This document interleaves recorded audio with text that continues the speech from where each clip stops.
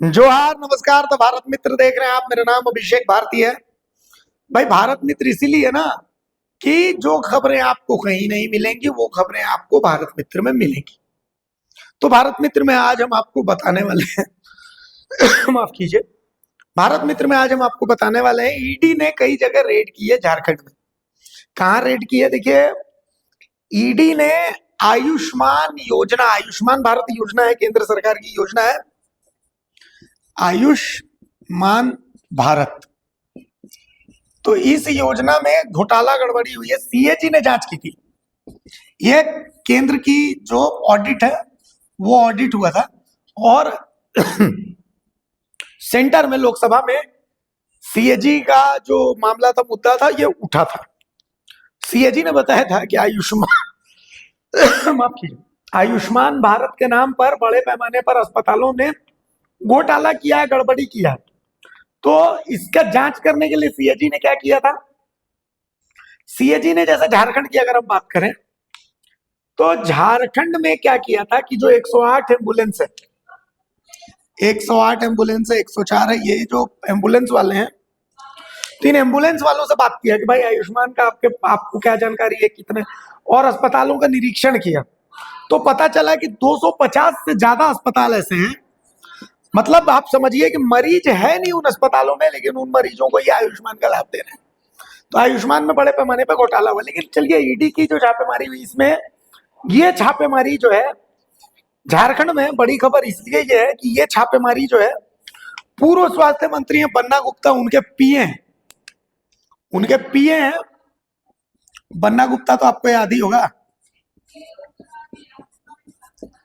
इनके पीए के घर तक ये छापा पहुंच गया है, इसकी जांच की आंच पहुंच गई है। ठीक है, तो आप इसको अब इस तरीके से देख रहे हैं, आयुष्मान भारत का घोटाला और बन्ना गुप्ता पूर्व जो स्वास्थ्य मंत्री है उनके पीए के घर तक जांच पहुंच गई। लेकिन अब इसकी इनसाइड स्टोरी, चूंकि ईडी का छापा है, लेकिन ईडी के छापे के अंदर की कहानी तो आपको समझना बेहद जरूरी है कि अंदर में इस कहानी में क्या चल रहा है, कैसे चल रहा है। तो आज हम वही बताते हैं। कुल मिलाकर के देखिए, एक खेल चल रहा है झारखंड में। ठीक है, खेल काहे का है? शह और मात का खेल है। किसके किसके बीच चल रहा है ये खेल? यहाँ जो दोस्त है वही दुश्मन है, जो दुश्मन है वही दोस्त है। आप बोलेंगे कि ये क्या चल रहा है? तो इस खेल में तीन किरदार हैं। पहले किरदार का नाम है झारखंड के मुख्यमंत्री हेमंत सोरेन। दूसरा जो किरदार है वो है कांग्रेस। तीसरा किरदार है वो है बीजेपी। इसमें तीन मुख्य किरदार हैं और छोटे छोटे किरदारों के बारे में अब हम आपको बता देते हैं। छोटे छोटे किरदार हैं अंबानी, अडानी, ममता बनर्जी, ममता दीदी। ठीक है, ये छोटे छोटे किरदार हैं जिसके बारे में हम आपको बता रहे हैं। ममता दीदी, अंबानी, अडानी। ठीक है, दिल्ली इलेक्शन,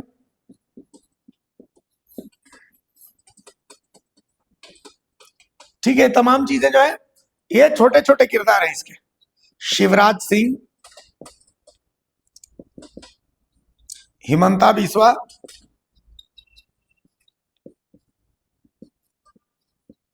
ये छोटे छोटे किरदार हैं। और इसमें एक और बहुत महत्वपूर्ण किरदार है, उस किरदार का नाम है मैया सम्मान योजना। ठीक है, एक और किरदार है इसमें निशिकांत दुबे। निशिकांत दुबे। चलिए अब इस खेल को समझते हैं कि ईडी ने क्यों रेड किया। देखिए, हेमंत सोरेन झारखंड के मुख्यमंत्री बनते हैं। मैया सम्मान योजना जो है वो झारखंड में लागू होती है। मैया सम्मान योजना के लिए क्या चाहिए? बजट, यानी पैसा।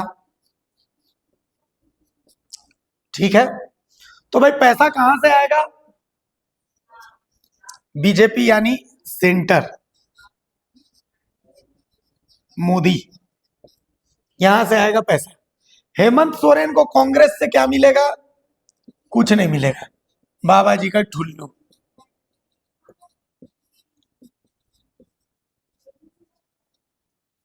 लेकिन बीजेपी को क्या चाहिए? बीजेपी को चाहिए झारखंड, झारखंड का कोल, आयरन ओर। यह बीजेपी को क्यों चाहिए? क्योंकि इसी में बिजनेस है। ये बिजनेस कौन देगा? अंबानी, अडानी। ठीक है, यहां तक तो आप समझ गए। अब हम आपको कुछ क्रोनोलॉजी समझाते हैं, बहुत इंपॉर्टेंट क्रोनोलॉजी है, इसको जरूर समझिएगा, तब आपको समझ में आ जाएगा कि ये छापामारी के पीछे की कहानी क्या है।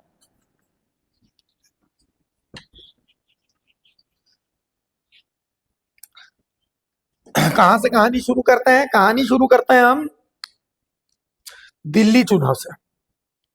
दिल्ली में जब चुनाव हुआ तो नियम के हिसाब से तो हेमंत सोरेन को कांग्रेस के पक्ष में चुनाव प्रचार करना चाहिए था, या आम आदमी पार्टी के पक्ष में चुनाव प्रचार करना चाहिए था, क्योंकि ये तीनों दल जो है ये इंडिया अलायंस का हिस्सा है।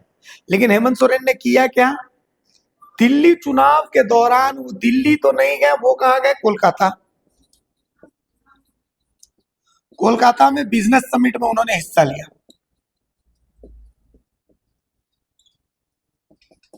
अब देखिए, बिजनेस समिट में कोई भी हिस्सा लेगा, मेरा सवाल समझिए, बात को समझिए। मान लिया एक राज्य का बिजनेस समिट है, उसमें राज्य के मुख्यमंत्री हिस्सा ले रहे हैं, तो उन मुख्यमंत्री के साथ बिजनेस समिट में और किसको हिस्सा लेना चाहिए? वित्त मंत्री को हिस्सा लेना चाहिए। लेकिन इस बिजनेस समिट में वित्त मंत्री गए? नहीं गए। कौन गया?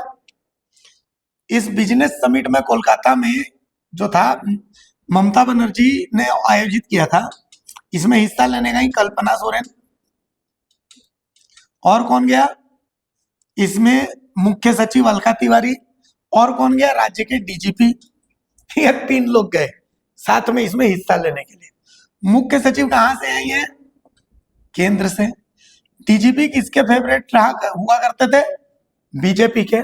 और इस बिजनेस समिट में हेमंत सोरेन किससे जाके मिले? अंबानी से, कि भाई इन्वेस्टमेंट लेकर के आइए। अंबानी किसके करीबी हैं? मोदी सरकार के। यहां से बिजनेस समिट के बाद वो कहां चल गए? असम। हेमंत सोरेन और कल्पना सोरेन। क्या कहा कि हमारी एनिवर्सरी है। ये असम के सीएम कौन है? हिमंता बिस्वा शर्मा।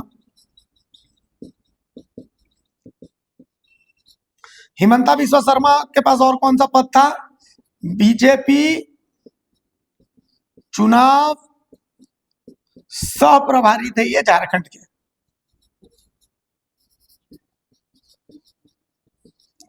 ठीक है, ये सब उसी दौरान हो रहा था जब दिल्ली में चुनाव चल रहे थे। दिल्ली इलेक्शन के दौरान ये सब चीज चल रहा था। कांग्रेस को साथ नहीं मिला हेमंत सोरेन का। Point number 1, chronology number 1। ठीक है, चलिए अगली क्रोनोलॉजी आप समझिए। कांग्रेस को लगा कि भाई हमें तो हेमंत सोरेन अंगूठा दिखा रहा है, तो ये पहला पॉइंट कोलकाता। दूसरा पॉइंट, हेमंत सोरेन जो है वो सारा पावर अपने हाथ में रखे हुए हैं। कांग्रेस के जितने भी मंत्री हैं, जितने कांग्रेस को कौन कौन मंत्री हैं, सिंपल आप देख लीजिए। दीपिका पांडे, इरफान अंसारी, दीपिका पांडे, इरफान अंसारी, शिल्पी, राधा कृष्ण किशोर।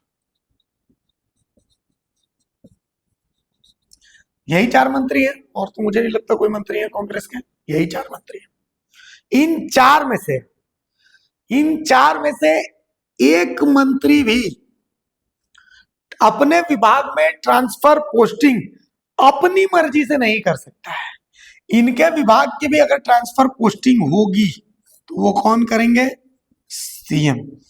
यहां तक कि किसी विभाग का टेंडर भी फाइनल होगा अगर, तो वो कौन करेंगे? सीएम। ये मंत्रियों के हाथ में कोई पावर नहीं है। अब जाहिर सी बात है, इनके पास कोई पावर नहीं है तो किसी भी तरह का मुद्रा मोचन इनसे हो नहीं पा रहा है। अब मुद्रा मोचन हो नहीं पा रहा है, तो इसके कारण जो प्रभारी है वो बार बार आकर के सीएम से मिल रहे, कह रहे भाई हमारे मंत्रियों को थोड़ा तो वैल्यू दीजिए, हमारे मंत्रियों को थोड़ा तो वैल्यू दीजिए। कुल मिलाकर के ये तो ये क्रोनोलॉजी नंबर 2 पावर। चलिए क्रोनोलॉजी नंबर 3 आपको हम बताते हैं। भाई कांग्रेस को बिल्कुल तवज्जो नहीं मिल रही है सरकार में हेमंत सोरेन की तरफ से।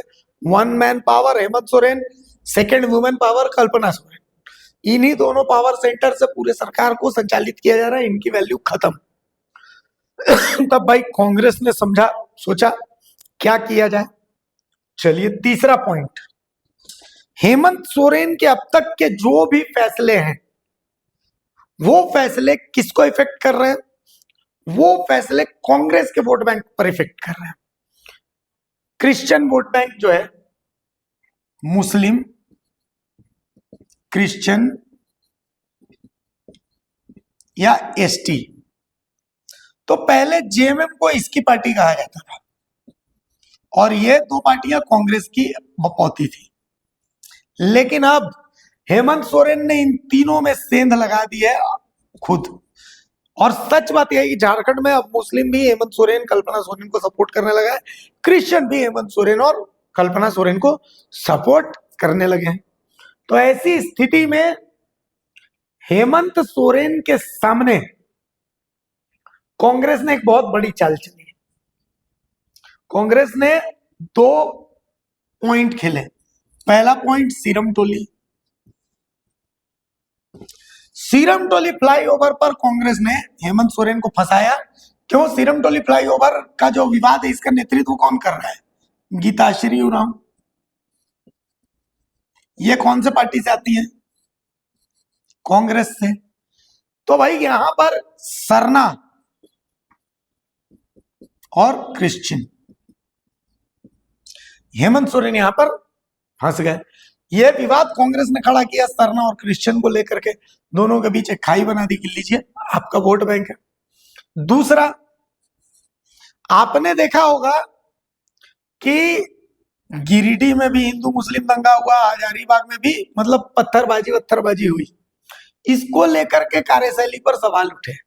और रांची के पिठौरिया में मुस्लिम समुदाय का हमला था आदिवासी समुदाय पे सरहुल के दिन। इसको लेकर के पुलिस की कार्यशैली, कांग्रेस के नेता सामने से नहीं बोल रहे हैं, कांग्रेस के नेता ये प्रोपेगेंडा भी फैला रहे, मतलब अपना एजेंडा है तो ये फैला रहे हैं कि भाई हेमंत सोरेन जो है, हेमंत सोरेन की जो पार्टी है जेएमएम, ये मुस्लिम तुष्टीकरण वाली पार्टी है। इससे इनसे हेमंत से कौन नाराज होगा? एसटी नाराज होगा। और एसटी नाराज होगा तो ये बीजेपी की तरफ तो जाएगा नहीं, तो ये जाएगा कहां? कांग्रेस की तरफ जाएगा। ये कांग्रेस की तरफ से ये बाकायदा पूरा सिनेरियो तैयार किया गया। तो भाई अब यहां तक तो आप समझ गए। तो ऐसी स्थिति में अब हेमंत सोरेन को बचाने का जिम्मा किसका है? हेमंत सोरेन को बचाने का जिम्मा बनता है बीजेपी का। तो बीजेपी ने क्या किया? भाई बीजेपी का बनता है तो बीजेपी अपना कर्तव्य निभाएगी। तो स्वास्थ्य विभाग किसके पास था और किसके पास है? झारखंड का स्वास्थ्य विभाग पहले थे बन्ना गुप्ता और अब है इरफान अंसारी। दोनों किसमें? कांग्रेस में। सिंपल फंडा कि ढेर चिचियाओगे तो तुम्हारा भ्रष्टाचार निकाल देंगे। तो इससे होगा क्या? इससे होगा ये कि भैया कांग्रेस अपनी हैसियत में रहेगी, झारखंड में हेमंत सोरेन को लपेटने की कोशिश नहीं करेगी। तो यही है इस ईडी के एक्शन का इनसाइड स्टोरी। अब मेरी बात को साबित करने के लिए मैं कुछ एग्जांपल देता हूं। झारखंड विधानसभा का जो बजट सत्र था वो आपने देखा। कांग्रेस, प्रदीप यादव,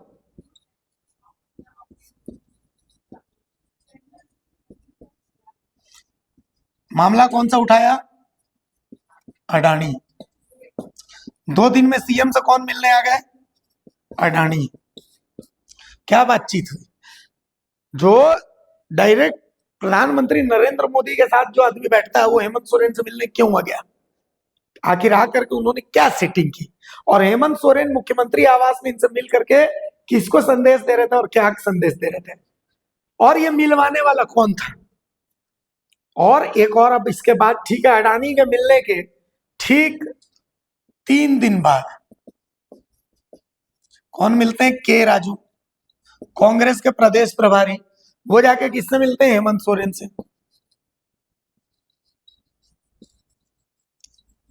हेमंत सोरेन से।